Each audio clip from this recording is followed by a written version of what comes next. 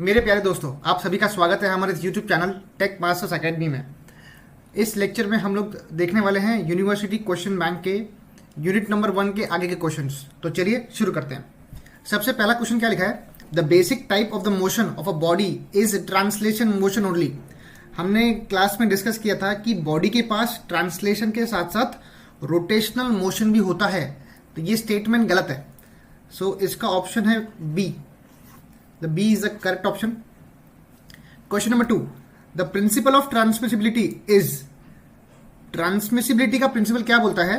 It states that the force acting on the body is a sliding vector. Yes, ये statement correct है. The force is a sliding vector. याद रखना, force होता है sliding vector, moment होता है fixed vector. Moment is a fixed vector. ठीक है? Next. Question number 3. Coplanar forces are not easily simplified. Coplanar मतलब एक ही प्लेन पे एक्ट होने वाले forces, they are not easily simplified in the simplification of the force and the couple. ये statement गलत है. कोप्लेनर फोर्सेस को हम लोग सिंप्लीफाई कर सकते हैं, तो ये स्टेटमेंट है फॉल्स. Option is B. इसका ऑप्शन था ए. चलिए आगे बढ़ेंगे. The simplification of the couple is done on the basis of. हमने कपल को सिंप्लीफाई किया था अपने न्यूमेरिकल्स को सॉल्व करने के लिए, तो उसमें हमने देखा था कि क्लॉकवाइज पॉजिटिव था, एंटी क्लॉकवाइज नेगेटिव था. तो इसमें ऑप्शन ए क्या है? द क्लॉकवाइज एंड है यहाँ पर, and the anti clockwise sign rotation convention. Second option है the simplification is not possible. ये तो गलत है. Couple is a vector thus cannot be simplified. ये भी गलत है. कपल इज अ वेक्टर, ये भी स्टेटमेंट गलत है. कपल एक वेक्टर क्वांटिटी है. सो इसका ऑप्शन ए अप्रोप्रिएट ऑप्शन है. The simplification of the forces on the axis is done. It is done with the help of particular system of rule being followed. Option A. Next, question number 6. Couple is a scalar quantity. अभी मैंने discuss किया कि couple क्या है, एक तरह की vector quantity है. तो couple scalar quantity, it is a wrong statement. And the force is a vector quantity, hence only force can be simplified. तो इसका स्टेटमेंट 1 गलत है. The first part of the statement is false, other being true. तो इसका option है A. The force and the couple cannot be simplified together. The force and the couple cannot be simplified together. ये statement गलत है. This is the wrong statement. क्योंकि हम दोनों को साथ में सिंप्लीफाई कर सकते हैं. The statement is wrong. ये ऑप्शन हो सकता है या फिर ये ऑप्शन हो सकता है.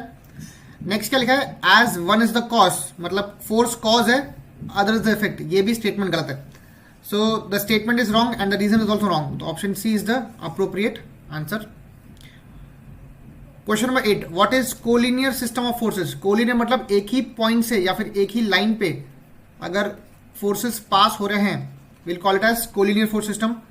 सो the system force system having all parallel forces, wrong. The force system having all forces perpendicular, wrong. The force system having all the forces emerging from a single point, this is correct. Option C is the correct option in this point. Next, in a collinear से क्या होता है? A net force is being made after the simplification done on all forces. Yes, this is correct. हम लोग collinear system में से simplify करके net forces निकाल सकते हैं. Just like collinear forces, there are collinear couple. Collinear couple मतलब एक ही लाइन से कपल पास नहीं हो सकता. सी, अगर एक ही लाइन से फोर्स पास होता है तो वो कपल कभी भी प्रोड्यूस नहीं कर सकता. कपल प्रोड्यूस करने के लिए आपको 2 पैरेलल फोर्सेस चाहिए. You need 2 parallel forces which are separated by a distance d. Alright, so collinear couple नाम की चीज नहीं होती है, and the net moment is taken out of it. So collinear forces तो होते हैं but collinear couple नहीं होते. The first part of the statement is false, other is true. No, the first is true, other is false. इसका option सी है. ठीक है. Just like collinear force system, there is a system of parallel force. Yes, this is true. Collinear मतलब एक ही point से पास हो रहा है. पैरेलल मतलब दोनों के लाइन ऑफ एक्शन क्या है? पैरेलल है. सो ये ट्रू स्टेटमेंट हो गया. इसका ऑप्शन बनता है ए. ठीक है. Question number 12. The system of the collinear and the parallel forces are simplified as. उनको हम लोग कैसे सिंप्लीफाई करते हैं? The simplified collinear force system gives us a net force. Yes, अभी डिस्कस किया मैंने. And the parallel system gives us a simplified force, then we can add vectorially. Yes, this is also correct. हम लोग parallel system of forces को add कर सकते हैं, upward positive, downward negative. The couple and the two force system can be easily simplified. The couple and the two force system can be easily simplified. Yes, we can simplify them. The statement is right. इसका B option है. Next, the resultant force is equal to dash of the forces. Sum, product, subtraction, division. So it is the sum of the forces. इसका option है A. Next question. The forces of the parallel system and the couple cannot be simplified together as one is the cause, other is the effect. ये फिर वही question आ गया. तो इसमें आपका पहला स्टेटमेंट गलत है, उनको हम लोग सिंप्लीफाई कर सकते हैं, एंड जो नेक्स्ट स्टेटमेंट लिखा है वो भी गलत है. तो इसका ऑप्शन है C. Question number 17. Which of the following statement is true? True statement निकालना है. A scalar is any physical quantity that is completely specified by its magnitude. Yes, this is correct option. तो इसका option A तो बनता है. A vector is any positive or negative physical quantity that is completely specified by its magnitude. गलत. A scalar is any physical quantity that requires both. ये भी गलत है, ये भी गलत है. So इसका ऑप्शन ए है. नेक्स्ट, ये इंपॉर्टेंट क्वेश्चन है, ये आपको आ सकता है यूनिवर्सिटी में, very important. Determine the moment about the point T. ये पॉइंट टी है, इसके अबाउट मोमेंट निकालना है. आप देख सकते हैं टी से एक फोर्स पास हो रहा है, टी से एक फोर्स पास हो रहा है जिसका मैग्नीट्यूड है 50 न्यूटन का, वो जा रहा है अपवर्ड डायरेक्शन में. 4,3 का कोऑर्डिनेट है, मतलब ये डिस्टेंस है 4 का एंड ये डिस्टेंस है 3 का. आपको मोमेंट निकालना है टी पे. मैंने आपको एक बेसिक सा प्रिंसिपल बताया था, अगर फोर्स का लाइन ऑफ एक्शन उसी पॉइंट से पास होता है तब वो फोर्स मोमेंट क्रिएट नहीं कर सकता. तो इसका डायरेक्ट ऑप्शन है ए. आप देख सकते हो ना, टी पॉइंट से 50 न्यूटन का फोर्स पास हो रहा है तो वो तो मोमेंट क्रिएट ही नहीं कर पाएगा. So option is a. The dash forces do not cause rotation. ऐसा कौन सा फोर्स है जो रोटेशन क्रिएट नहीं कर सकता? So it is concurrent. Concurrent में फोर्स एक ही पॉइंट से पास होता है तो वो कभी भी रोटेशन क्रिएट नहीं कर सकता बॉडी का. Choose the correct one. Question number 20. In a coplanar the moment of the force is chosen about a point instead of axis. Coplanar मतलब एक सिंगल प्लेन पे, forces acting on a single plane. Yes, the moment of a force is chosen about a point instead of axis. ये statement correct है. In a coplanar system the forces is chosen about axis. ये गलत है. In a 3D system, the moment of the force is chosen about a point instead of axis. ये भी गलत है. So ये पहला ऑप्शन करेक्ट है इसका. Option A is the correct. 3D system में हम लोग एक्सिस के अबाउट मोमेंट निकालते हैं, ठीक है, याद रखना. Next, question number 21. The dash forces do not cause rotation if rotation is considered in about the axis of the body or centroid और axis of the body. The dash forces do not cause rotation. ऐसा कौन सा force है जो rotation produce नहीं करता? तो वो है concurrent. Concurrent forces do not produce rotation. तो इसका ऑप्शन कौन था? बी है. इसका भी बी था. Couple is having a combination of two forces. Yes we know, couple के पास दो कॉम्बिनेशन होते हैं फोर्सेस के, बट दोनों का मैग्नीट्यूड सेम होता है, डायरेक्शन अलग होता है. So they are different in magnitude. Wrong. This is wrong statement. तो इसका स्टेटमेंट है बी. ऑप्शन है B. The distance between the two forces acting in a couple is infinite. Wrong. Zero. Wrong. It is a finite distance. It is a finite distance. The resultant force acting on the couple is, it is zero. आपको पता है कि कोई भी couple पे जब resultant हम निकालेंगे, जैसे यहां पर है रिजल्टेंट निकालना, एक पी लेफ्ट जा रहा तो माइनस पी, एक राइट जा रहा तो plus P, that is equal to 0. तो आर की वैल्यू कितनी आती है? आर आता है 0. सो 24 का ऑप्शन है A. The unit of force in SI unit. SI unit क्या था फोर्स का? That was newton. So option B is the correct option. Forces are called concurrent when their line of action meet in one point. One point पे apply करता है तब उसको बोलते हैं concurrent. Question number 27. What is the correct statement about law of polygon of forces. अब हमने law of polygon discuss किया था, ठीक है. स्टेटमेंट क्या था? If number of forces acting at a point can be represented by the sides of polygon taken in order then the forces are in equilibrium. Okay, if number of forces acting at a point can be represented in direction and magnitude by the sides of polygon, then the forces are in equilibrium. If a polygon representing forces acting on a point is closed, then forces are in equilibrium. Last statement क्या है? If any force system acting at a point can be represented in direction and magnitude by the sides of polygon taken in order, then the forces are in equilibrium. ये option correct लग रहा है. This is the correct option. ठीक है. Next question, effect of a force on a body depends upon magnitude, direction, line of action. सब पे dependent है. D option is the correct option. A force is completely defined when we specify magnitude, direction. All of the above option है. The algebraic sum of the resolved parts of number of forces in a given direction is equal to the resolved part of the resultant in the same direction. This is as per the principle of resolution of forces. ये resolution of forces system है. Next question, the weight of the body is due to the gravitational force. It is due to the gravitational force of attraction. कभी भी याद रखना, आपका जो body का wait है वो ग्रेविटी के थ्रू इन्फ्लुएंस्ड है. Next, the forces which meet at a point, जो एक पॉइंट पे मिलता है उसको बोलते हैं कॉन्करेंट, बट उसका लाइन ऑफ एक्शन एक सेम प्लेन पे नहीं आ रहा है, that is non coplanar. So concurrent non coplanar, this is concurrent non coplanar. Option B is the correct option.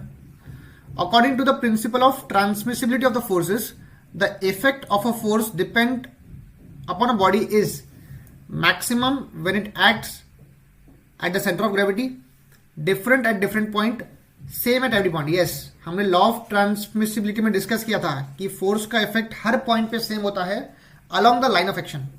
उसके लाइन ऑफ एक्शन के अलोंग किसी भी पॉइंट पे फोर्स का लाइन ऑफ एक्शन क्या होता है? It is same. Question number 35 is one of the most important question. The magnitude of the two forces which when acting at right angle produce a resultant of √10 kg. अब आपके question bank में ये question थोड़ा सा गलत दिया हुआ है. यहां पर √10 kg है. It is √10 kg and this is √13 kg. तो जब हम इसको सॉल्व करते हैं, विच when acting at a right angle, जब वो राइट एंगल पे एक्ट कर रहा है तब रिजल्टेंट कितना है? √10 है. तो आर क्या होता है? आर का square equals to P square plus Q square. √10 का होल स्क्वायर वो होता है 10 equal to P square plus Q square.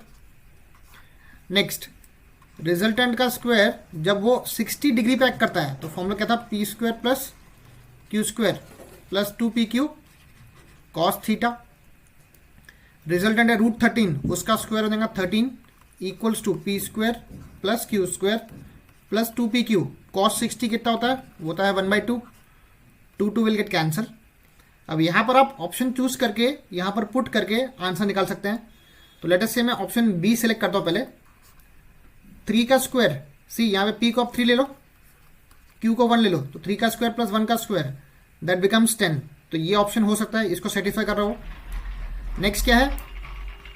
P square plus Q square plus pq, तो 3 का स्क्वायर प्लस 1 का स्क्वायर प्लस 3 इंटू 1. 3 का square 9, 9 plus 1 is 10, 10 plus 3 is 13. तो ये ऑप्शन करेक्ट है क्योंकि इस ऑप्शन ने दोनों इक्वेशन को सेटिस्फाई किया है. So this is the correct option. Question number 36. A number of forces acting at a point will be in equilibrium if their total sum is 0. This is wrong. Two resolved parts in two directions at right angles are equal. Equal तो नहीं, गलत है. Sum of the resolved parts in any two perpendicular directions must be 0. Yes, equilibrium condition क्या थी? That summation fx summation fy must be equal to 0. Next question, two non-collinear parallel equal forces. Non-collinear parallel, see non-collinear parallel oppositely directed है, ठीक है. से P है, P है, ये दोनों फोर्सेस पैरेलल है और लेट अस से डिस्टेंस है बीच का D, तो ये कपल प्रोड्यूस कर सकते हैं P into D. So this system can constitute a couple. Option C is the correct option. Next, according to law of triangle of forces, according to law of triangle of forces, three forces acting in a point will be in equilibrium. Wrong. Three forces acting at a point can be represented by triangle, each side being proportional to forces. Wrong. If three forces acting upon a particle are represented in magnitude and direction by the sides of a triangle taken in order, they will be in equilibrium. ये हो सकता है. Last statement क्या है? If three forces acting at a point are in equilibrium, each force is proportional to the sign. ये गलत है. ये तो आपका लैमीज थ्योरम है. This is your Lami's theorem. आपका ट्रायंगल लॉ ऑफ फोर्सेस क्या था? ये third statement. Option C is the correct option. The process of finding of the resultant force is known as resolution of forces. उसको हम बोलते हैं resolution of forces. Next, this one is very important. क्या लिखा है? Find the coordinates for point D in the given figure. Point D के coordinates निकालने हमको. तो ये आपका पॉइंट डी है. आप सबसे पहले इसमें एक्सिस चेक करिए. एक्सिस कौन सी है? ये है वाई एक्सिस, ये है जेड एक्सिस एंड ये है एक्स एक्सिस. ओके, अब इसके बेसिस पे ये डी पॉइंट है. This is D point. अब डी पॉइंट का लोकेशन वाई एक्सिस के अलोंग कहां पे आ रहा है? 2 मीटर पे आ रहा है. तो ये डिस्टेंस हो जाएगा 2 मीटर. ठीक है. फिर वर्टिकली कितना है? वर्टिकली भी 2 मीटर.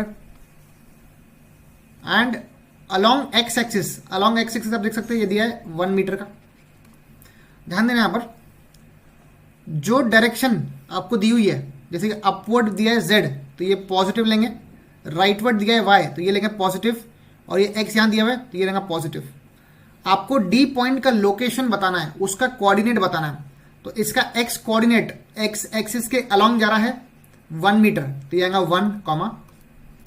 वाई के अलोंग सी ये है पॉजिटिव वाई और वो लाई कर रहा है नेगेटिव वाई में तो इट इज -2 कॉमा. जेड के अलोंग वो जेड डायरेक्शन में लोकेटेड है. आप देख सकते हैं ऐसा, ये इसका जेड डायरेक्शन है तो ये पॉजिटिव हो जाएगा. तो इसका जो कोऑर्डिनेट है वो है 1 -2 2 1 -2 2. So this is the correct option. Option number D. Okay. Next, what is the effective component applied on the box that is being pulled by 30 Newton force. एक बॉक्स है जिसको मैं पुल कर रहा हूं 30 न्यूटन के फोर्स से, inclined at 30 degree with respect to horizontal. तो इसका इफेक्टिव कंपोनेंट निकालना है. तो इसका इफेक्टिव कंपोनेंट जिसको पुल करेगा वो रहेगा इसका x component which is 30 cos 30. आप इसको सॉल्व करिए तो आपका आंसर मेरे ख्याल से आता है 25.98. आप उसको एक बार चेक कर लेना कि 25.98 आता है कि नहीं है. ठीक है, अगर नहीं आता होगा तो मुझे कमेंट सेक्शन में बताना. Next, this is also very important question for university exam. Given the 3 dimensional vector A कितना है? XYI plus 2YZJ plus 3ZXK. Point आपको दिया है 1 2 3 तो आप यहाँ पे पॉइंट निकाल लो पहले.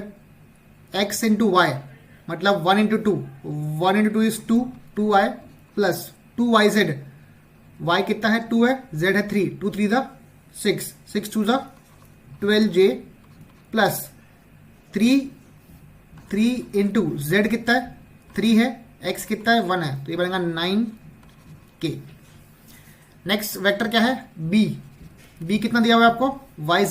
YZ मतलब ये 2 और 3, 2 3 द 6i प्लस 2ZX तो 2z कितना है? z है 3, x है 1, ये आएगा 6j plus 3xy, 3 into 1 into 2 that is 6k. Determine the scalar product at the point 1 2 3. इस पर्टिकुलर पॉइंट पे अपने को इसका स्केलर प्रोडक्ट निकालना है. अब इसका स्केलर प्रोडक्ट निकालने के लिए फॉर्मूला क्या होता है? मैं लिखता हूं scalar product at 1 2 3 is given as, वो रहेगा इसका dot product a dot b. ठीक है, तो इसका डॉट प्रोडक्ट कैसे निकालते हैं हम लोग? अगर मैं i का कंपोनेंट i से मल्टीप्लाई करता हूं तो आंसर आता है 1, मतलब i इंटू आई बनता है 1.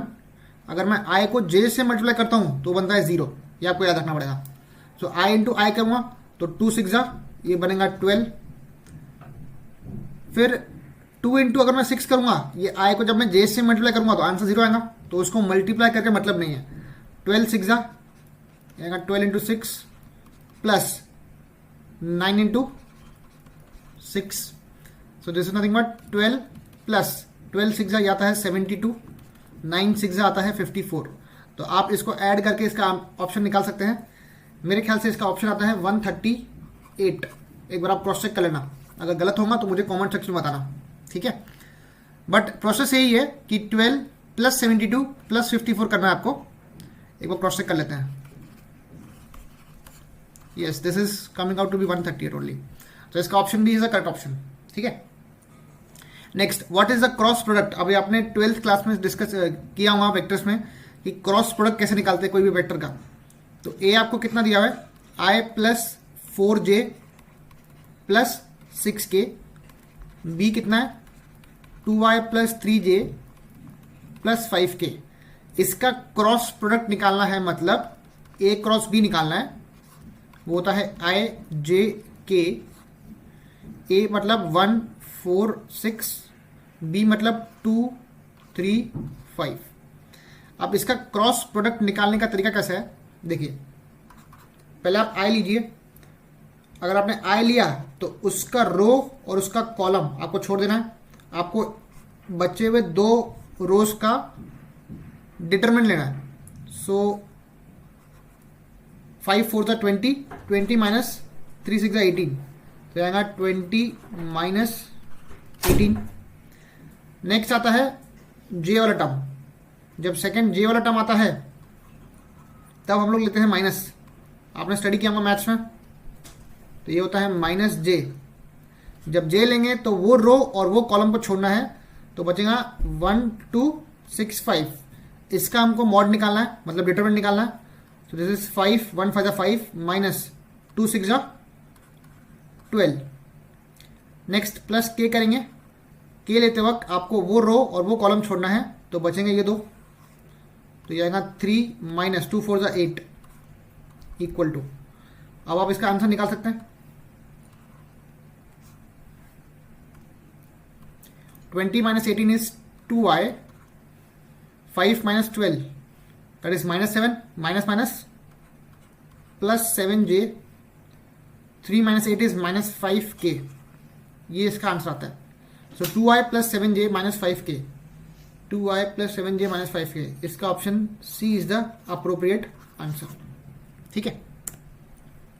Question number 28, the resulting force of a distributed load, यहां पे डिस्ट्रीब्यूटेड लोड की बात कर रहा है, is always acting at the centre of the beam of to the distributed load, the centroid of the area of the loading diagram at the 1/3 point from the higher intensity at the 2/3 point from the higher intensity. ना सी यहां पर अभी हमको distributed load दिया है, ये uniformly distributed है या यूनिफॉर्मली वेरिंग है। ये 2 अलग लोडिंग होती है। तो यहां पे यूनिफॉर्मली लोड दिया हुआ है, डिस्ट्रीब्यूटेड लोड दिया हुआ है।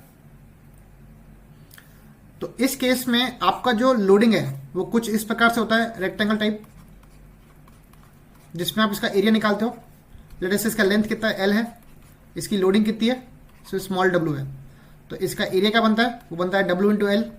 ये एक्ट करता है लेंथ के सेंटर पे, तो लेंथ का सेंटर क्या देना, L/2।